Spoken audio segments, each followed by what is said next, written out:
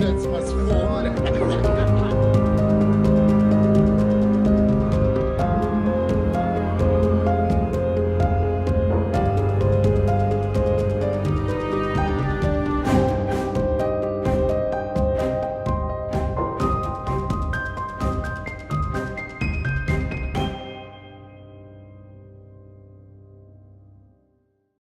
Welcome to the first episode of News Talk, a news show dedicated to bringing you the latest in current affairs. Right here on Ep1, I'm Zama Lutuli. It's been highly contested that higher education in South Africa is underfunded. And with the financial agreements reached after the protest, public tertiary institutions such as Rhodes University have found themselves under severe financial strain. Rhodes University in particular relies heavily on student fees to keep the institution afloat, and has gone as far as withholding students' midterm results who owe the university more than 50% of fees. But just to get a clear glimpse on what we'll be discussing, here's a report from Mihlali Ntsabo. Demand the following. The immediate results, number one, the immediate results of all students' results without prejudice to anyone who may owe fees or for any other reason whatsoever. This demand is to be made by Monday, the 25th of July, or students will be forced to embark on further protest action. In light of Rhodes University's decision to withhold midterm academic results, leaving majority of the student body dissatisfied, we sat down with Activism and Transformation Councillor Naledi Mashishi to find out whether or not the SRC was aware of this decision. No, the SRC wasn't made aware of that decision. In fact, we only found out about it about 2 hours before the rest of the university found out about it. We then had a telephone conversation with Shadow Minister of Higher Education, Professor Belinda Bizzoli, who told us about the funding structures of higher education. Well, the funding model is based on student enrollment and student success, with a small amount set aside for research. So a university gets money according to how many students are enrolled there, and it gets an additional amount of money according to how many students graduate. With the university, they get, I think, about 120 mil from NSFAS, and then they add another I don't know how many millions onto that to make sure that more students can benefit from the funding scheme. So that's kind of what the university is doing on their side. But because of the way things are going in the financial crisis, I don't think they're going to be able to raise that amount. Professor Bizzoli raised the concerns about the funding systems of universities throughout the country. But my main concern about this is not so much the model, it's the overall amount of funding that is being given, and it's insufficient, grossly insufficient. Government funding used to, up to about the year 2000, come to a proportion of about 50% of what universities needed to run themselves. They would then raise the other 50% through 20% fees and 30% roughly external income. Since 2000, that 50% has dropped to 40%. We then asked Professor Bizzoli whether or not increasing tax might help resolve the issue of underfunding at tertiary level. You actually don't need more tax to pay for higher education. We believe that this government wastes billions upon billions of rands every year in unnecessary expenditure. Some of it is hidden and disguised, you won't see it. Some of it is very obvious. And when the budget was discussed this year, the DA went through every line item in the budget, and that was the national budget, not regional or local. And just by going through the national budget in a once-off, line-by-line reading, not a deep reading or anything, we managed to suggest 10 billion rand a year could be saved through cancelling unnecessary expenditure. We're fighting for our fees to be reduced, which ultimately means that our MIP is going to be reduced, which is what we're fighting for. In our panel of guests today, we're joined by Dr. Richard Pithouse from the Rhodes University Political Science and International Science Department. Welcome. Thank you. We're joined by Tokela Jimlongo, a Rhodes University student. Welcome. And we're joined from the Rhodes University Business School, Professor Matthew Lester, who's also an economist. Welcome, sir. Tokela, what does a free education in South Africa look like to you? Well, to me, Zama, thank you. I'm sorry. Sorry about that. To me, a free education in South Africa means people who have access to education, everyone. That shouldn't mean that the upper class only has access, but as well as the middle class, as well as the lower class. I feel as if coming from a middle income background, it's a struggle for me to come to university because obviously bursaries I'm too rich for those, and NSFAS I'm too rich for those, and so it becomes a struggle. So to me, a free education in South Africa means everyone should have the right to education, regardless of what background you come from. And Dr. Pithouse, do you believe that students are justified in demanding free education? I certainly think that no one should be barred from going to university because they don't have money. So I would agree with that fully. You know, I might not necessarily think the demand for free education across the board is the best strategy. You know, we do have all kinds of pressures in our society, and it may make sense to charge the rich for education and not charge the poor. But as a principle, it's certainly a valuable one for any kind of social democratic vision of the future. And Professor Lester, what is the current funding model of higher education in South Africa, and is it viable to have free education? Look, we've got a situation where we've got the bill really split between government and the students, or the students' benefactors. And that's been like that for ages. Nobody's looked at it. The world's changing. It's not only in South Africa.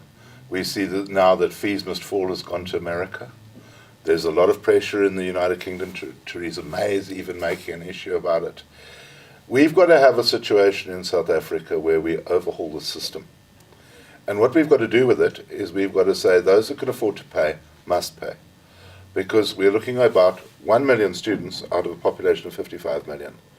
We can't afford to give free education for all without there being a detrimental effect on the other 54 million South Africans.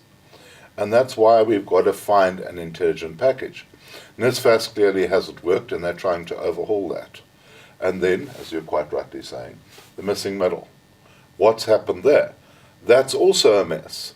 And what we're saying is you've got to be quite a wealthy person today to have any prospect of putting one child through university, let alone three.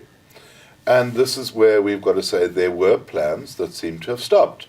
We had the business sector that used to give out bursaries freely. I came to Rhodes 30 years ago at the expense of a business purely because I went to work for them. That's changed to today to saying to students, well, you go and get your degrees and we'll cherry pick who we want afterwards. So where is the investment from the business community who could help incredibly in getting the missing middle issue correct? Because what we need to say in South Africa is that every person who is employed and has a good track record, their employers should be helping them solve this problem, not just leaving them out there to fry. And so the repercussions of a 0% increment are becoming more and more evident. What do you think the next step for the Department of Higher Education is, and what is their role in this whole fiasco? Well, we're waiting to see the outcome of various reports, etc. What they did last year was appalling because it's effectively a tax break for the rich.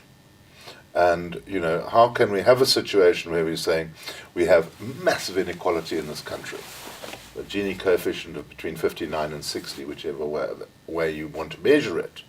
And to say now, well, you can have a waiver of your fee increase for next year, that was a cop-out. And I hope that is not going to happen again this year. I hope that they're going to look for a more targeted intervention. Everything in economics points to don't provide blanket exemptions. Provide targeted interventions that address the issue. And I think last year government were caught with their pants down and they had no alternative. But it's not solving the problem going that route. And Dr. Pithouse, after the protest, Rhodes University decided to decrease the MIP from 50% to 10%. And it was said that payment plans would be made for the students who can't afford the university fees. What went wrong from that plan forward? Because we thought that the plan was smooth sailing, and we found ourselves in this current situation. So where did the line get crossed? Well, I think the first point to make is that, you know, the pressure from the students was extraordinary and incredibly valuable. It's not something that's unique to South Africa. This has been happening, as you said, in many parts of the world. There's a crisis around the world with university funding, and ultimately it is the state that has to solve it. when they were confronted with the kind of mass protest and they just said, okay, we're going to not have an increase now, and the university also made a concession like that. It wasn't a kind of structural reform. It was a response, perhaps panicked, to this real extraordinary protest. They haven't thought through, neither the university nor the state, but ultimately the responsibility is with the state, how structurally we're going to resolve something that, as you said, is not working. And I guess that's the problem. I mean, it was a quick response to extraordinary pressure that doesn't actually resolve the problem in a fundamental way. And Professor Lester, you've said before that the 0% increment wouldn't necessarily make for good economic policy. Why is that? Well, it's letting the rich off the hook on it. So it's effectively giving them a tax decrease when we're trying to push up their taxes. It's really quite crazy. But what you've got to do with this is to say the fact that there might be a fee waiver is not going to get in itself get people into university. What about the rest of the fee that has to be paid? Now, it's all very well to come along and say, well, we'll drop our MIP or whatever it is, because the Rhodes' MIP, let's face it, was draconian. But then you've got to say, well, here we've got debt, we've got to manage debt. Debt goes bad when it's not managed. And it goes bad when we do not educate people on the consequences of debt. Now, not all consequences of debt are harsh. In fact, there is such a thing as healthy debt. And I believe that student debt is healthy debt because it's financing a 40-year asset. It's going to last the rest of your lifetime. That's, in my bet, more bankable than a house. But what we're not doing is getting people together and saying, right, now, how are we going to manage this? What are the alternatives? Who's going to pay the interest? How long are we going to repay it over? We simply said to you, if you arrive here with a 10% MIP, you're in. So you can go and get that from a payday loan shark, right? But where are you going to get the next month? And that's why it's hit an impasse. And what we really need to do is to educate students about how you manage this. All the time when I talk to students, they say, oh, my student loan. I'm going to owe 250,000 Rand at the end of my university career. And I say to them, don't worry. That's healthy debt. Inflation will kill it. You will pay it back and one day you'll laugh at it. But because we're not educating people in how to manage their affairs, there's a lot of misunderstanding and, it's not as frightening as we see, and I think that the problem is manageable. I don't see why we should be paying for university fees on a year-for-year basis if something's going to last 40 years.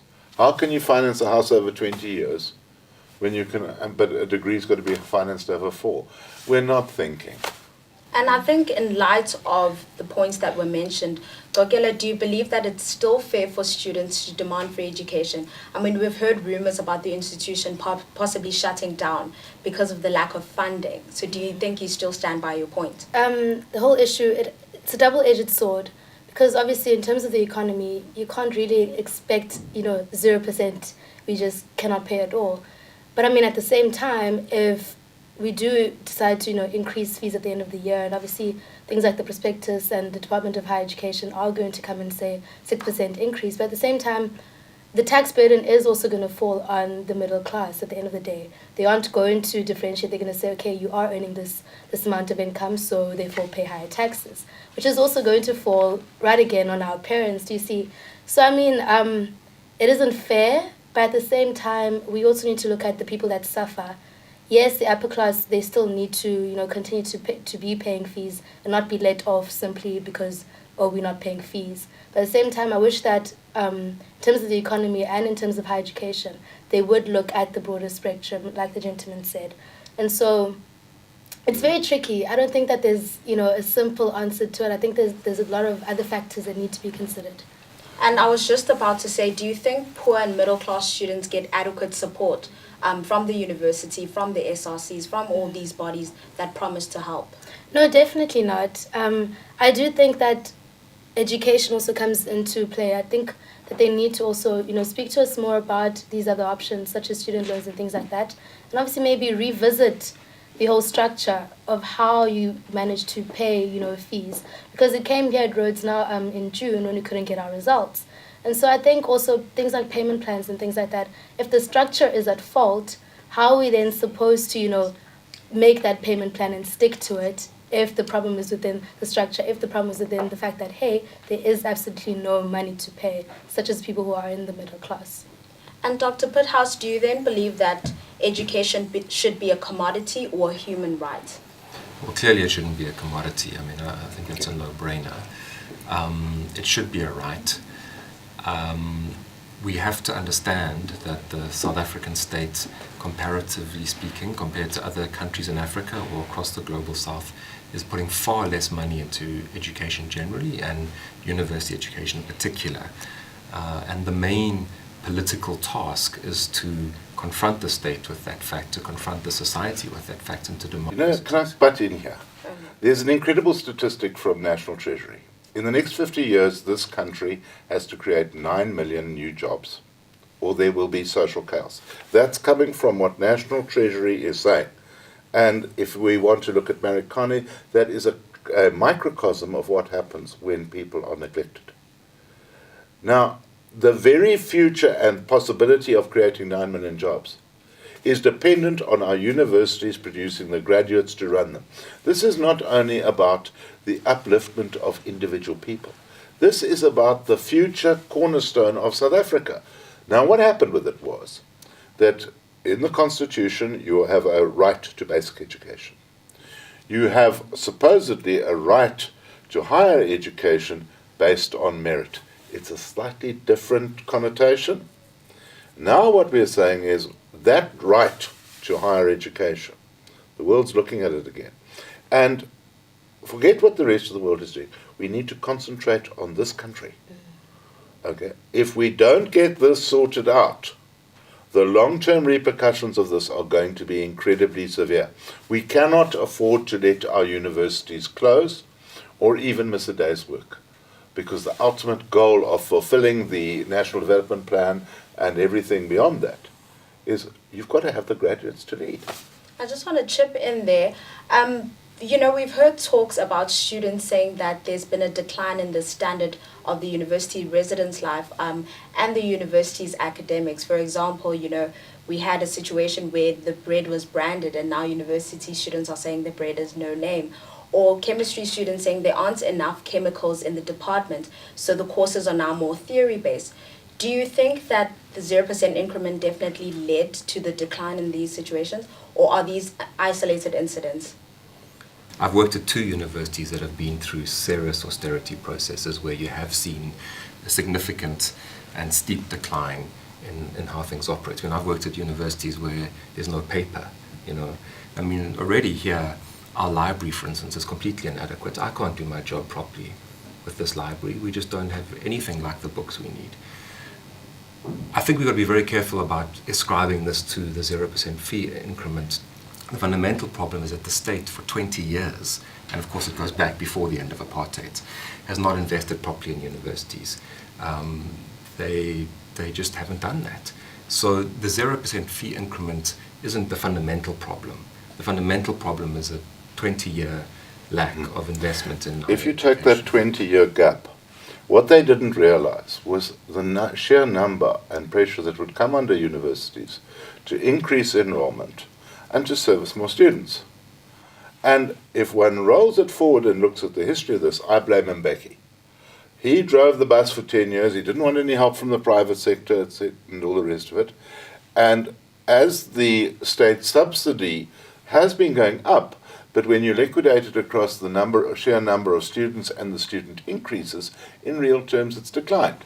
So what did they do? They just pushed it off onto the student body for as long as they could until they reached breaking point. Professor Lester, you speak a lot about the private sector rather, and how they should be investing more money. How do we then persuade them to do so? I think that the public sector would like to get involved in this. And I think that that's one of the things, we've got a commission of inquiry looking into this. There are those of us who think we should have had a CADESA where we took the private sector, education, all the stakeholders, locked them up in a discussion and participation till they came out with a solution. Because a commission of inquiry is going to tell us what went wrong. It's not going to tell us what's the solution. Okay? Now we need to get a solution in there. But government can't do it on its own. So with government coming with a solution all the time, you're on the back foot all the way. We've got to get business involved and say, listen, if you want a sustainable business in South Africa, you have to have a sustainable South Africa, and we better sort this problem out. And the tax incentives and things like that, they are there. They can be modified, but they do exist. What we've got now is business sitting outside and saying, well, we'll sort of watch what happens. And the only one I've seen shout for business to get involved was actually Julius Malema. Said every listed company should have 100 bursaries. Sometimes he talks the right language. We're also trying to create an inclusive space within institutions, apart from funding and the finances. How would you, Tokela, like to see the missing middle, rather, be accommodated more? What steps do you think institutions can take, and students themselves, to try to alleviate this barrier of being in the missing middle? Well, I think that institutions also, they tend to look at the student as a whole. They don't see the person, they don't see the background. They just see, okay, this is the income, this is, the income sheet, and this is what the parent is earning every month. They don't necessarily look at the student as an individual. And so I think perhaps the institution also needs to go back to the drawing board in its approach to the student, and maybe start to, I understand that the institution also, it has its own pressures, its own financial strains and things like that, but also look at the student as an individual. Don't just see the student as this person who's just constantly, in class, and just, there are other psychological factors as well which contribute to the better well-being of the student. The missing middle means that your parents are employed, or your family's got income. And this is why I'm coming back to business. Why do we work? We work to educate our children, right? Where is the employer in South Africa today saying, you are a loyal employee, I will help you through this process? No, they're sitting out waiting for government to provide the solution. And I find that absolutely astounding. I think that is, a university is a four-way partnership. The students and the university put in the effort. The funding comes from government and business. It always has. But business has worked at quite a convenient way of saying, we'll just sit up and cherry-pick the graduates. But I do think business would change. There are business leaders in South Africa who I've spoken to in the last year who would love to be able to get this thing sorted out and would throw money at it.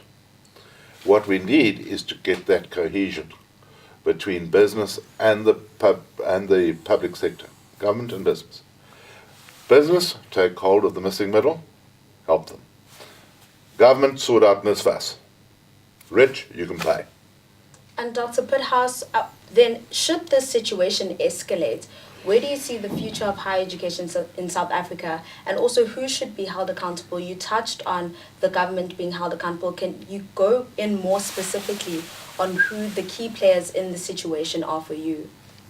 For me, fundamentally, it's a matter of the state not investing in universities sufficiently. As was mentioned, the government has a subsidy, but the number of students has radically increased. So in real terms, the amount of money that is available to universities is declining. And if that is not addressed, our universities will decline. Already, they are often not competitive. There's an enormously competitive global economy. If we want a future in which we have an economy that can meet the needs of our people, we're going to have to really equip people to face a rapidly changing future. We're going to have to have really good universities, as good as anywhere in the world. And you can't do that without that money, without that investment. So to answer your question, of course we would like to make any kind of deal we can to make our universities better. And we do get bits and pieces of money here and there that are sometimes helpful. But fundamentally, it is a matter for the state. And the state, as I've said already, has failed. We just are not investing nearly enough of our budget in university education, and that has to change. These struggles around access to education have been happening at particularly historically black universities since the end of apartheid. They never sort of became something that the society as a whole took seriously until they finally arrived at the formerly white universities. And when these struggles arrived at Wits and UCT and Rhodes, suddenly It was on, you know, the TV news and the front page of the newspaper, and it was happening, you know, in Fort Hare and the university where I started my academic career, the University of Durban, Westville. It just was ignored. But I think there's been a consistent strategic mistake in some of those struggles, which has been a tendency to demonize and blame particular vice-chancellors. Now, I've got no problem with holding a vice-chancellor to account for their decisions. We all should be held to account for our decisions, all of us. But they don't have the real power. It's the state. And until we are able to put enough pressure on the state to recapitalize our universities, we have no chance of having some kind of fundamental structural resolution of the problem. We need to put that pressure on the state. Just to wrap up, what are your final thoughts on the whole situation? I'll start with you, Dr. Pithouse. My final thoughts are the same as my first thoughts, which are that the students have done something amazing by putting this issue on the table, but we have to take it to the state, and we have to take it very seriously to the state. I mean, Jacob Zuma wants all this money to set up nuclear power with Putin so that him and his friends can get rich. That money must be invested in our universities. Okay. Definitely, I think as students we have started something, and I think we also need to, you know, see it through, approach businesses, be more serious about holding our government to account, because they have been chilling, they have been resting, and we need to, you know, just hold them to account and stop, you know, holding the vice chancellor and just, you know, constantly badgering him, whereas his hands are tied as well. We need to approach businesses, we need to approach the government. I'd like to see a new Minister of Higher Education. He hasn't been able to solve the problem. The money of extra 4 billion was pumped into NSFAS this year. So Gordana's given the money. I think this problem is solvable, but we've got to get a forum. I think we can solve this problem, and in fact we can learn a lot about it in accelerating transformation for all South Africans. But yeah, we're in a difficult time at the moment. All right, we'll leave it there. Thank you for joining our discussion, but it does not end here. Let us carry on with this talk on our social media platforms, not forgetting to use the hashtag #NewsTalk and hashtag #RUFees. Please join us again next time for more thought-provoking discussions right here on News Talk. From myself, Zama Lutuli, and the team, it's goodbye for now.